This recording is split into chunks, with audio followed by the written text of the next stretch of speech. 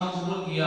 ایک دن حضور صلی اللہ تعالیٰ علیہ وآلہ وسلم کے پاس حضرت وائل بن حجر رضی اللہ تعالیٰ عنہ آتے ہیں، آ کر اسلام قبول کیا تو یہ اپنے علاقے کے بہت بڑے رئیس تھے، بڑے بادشاہوں کی طرح زندگی بسر کرتے تھے۔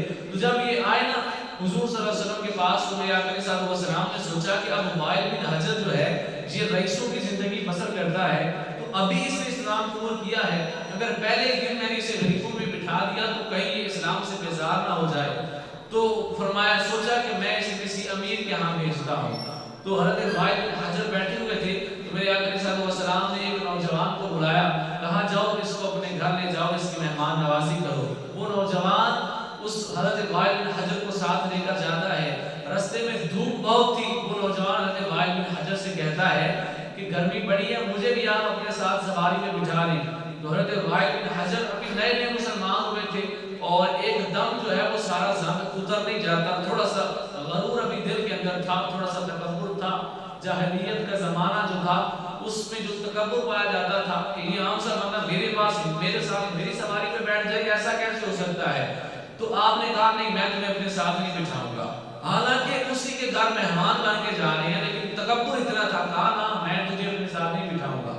تو وہ نوجوان کہتا ہے کہ پھر اس طرح کریں کہ ریت بہت گرم ہے، آپ اس طرح کریں کہ آپ کو سواری پہ بیٹھے ہوئے اپنا جوتا اتار کے مجھے دے دیں، میں پہن لیتا ہوں، میرے پیر جلتے نہیں، پھر آپ تو سواری میں عام جوتا استعمال نہیں کر رہے۔ حضرت وائل بن حجر کہتے ہیں نہ جوتا بھی نہیں دوں گا، تو اس قابل کہاں کہ میرا جوتا پہنے، نہ میں تجھے اپنا جوتا دوں گا نہ تجھے اپنی سواری میں بٹھاؤں گا۔ وہ نوجوان خاموش ہو گیا، آگے سے یہ نہیں کہا کہ تو میرے گھر جا رہا ہے، تو میرے ساتھ یہ ایسا کر رہا ہے، چل نہیں لے کے جانا، نہ ایسا نہیں کہا، ساتھ لے کر گئے، مہمان نوازی کی، واپس گئے، وقت گزرتا گیا، ایک وقت آیا کہ وہ نوجوان کہ وہ مصر کا گورنر بن گیا۔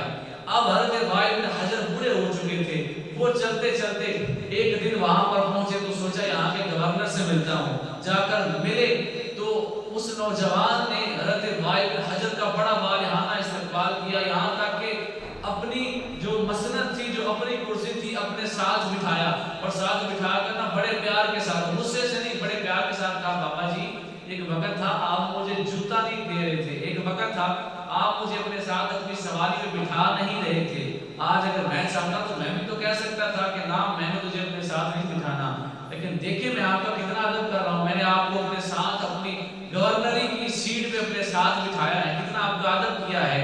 حضرت وائل بن حجر رضی اللہ تعالیٰ عنہ آپ کی اس بات سے اتنے خوش ہوئے، آپ کا ماتھا چوم کے کہا کہ بیٹا اس وقت میں نیا مسلمان ہوا تھا، میرے اندر سے ابھی غرور ختم نہیں ہوا تھا، لیکن تیری برداشت اور تیرے حوصلے کو میں لاکھوں سلام پیش کرتا ہوں۔ اس عظیم نوجوان کا نام حضرت امیر معاویہ ہے۔ یہ بات بھی حضرت امیر معاویہ رضی اللہ تعالیٰ عنہ کی آپ کو سنائی ہے کہ آج اگر ہمارے ساتھ کوئی بندہ تھوڑی سی زیادتی کرتے ہم تو ساری زندگی تاک میں لگے رہتے ہیں، کب وقت آئے کہ یہ میرے قدموں کے نیچے آئے۔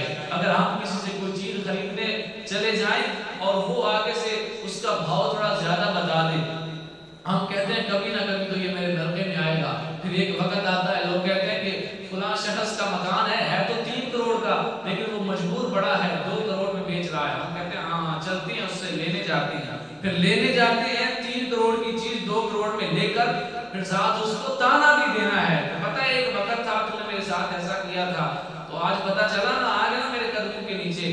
حالانکہ ایک صحابی تھے، اب یہ بات اس میں سے بات نکل آئی، انہوں نے ایک دوسرے صحابی کو دیکھا، کہا صاحب یہ گھوڑا بیچتے ہو؟ کہا ہاں بیچتا ہوں۔ کہا کتنے کا؟ کہا 500 درہم کا۔ تو کہا اگر تمہیں اعتراض نہ ہو تو میں اس میں سواری کر کے چیک کر دوں یہ کیسا ہے؟ کہا بالکل۔